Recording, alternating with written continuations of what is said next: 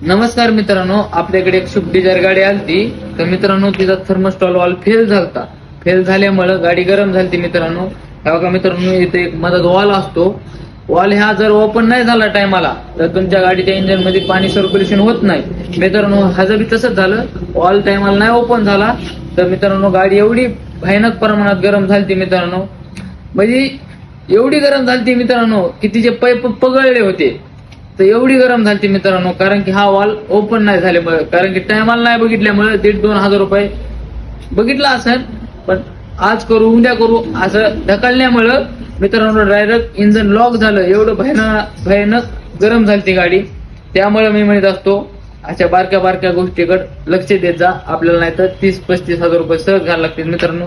गरम झाल्यामुळे मित्रांनो क्रँक पकडला तर मित्रांनो क्रियांकच्या बेरिंगला गाळा पडलेला आहे मित्रांनो. गाळा म्हणजे घासलेल्या बेरिंग.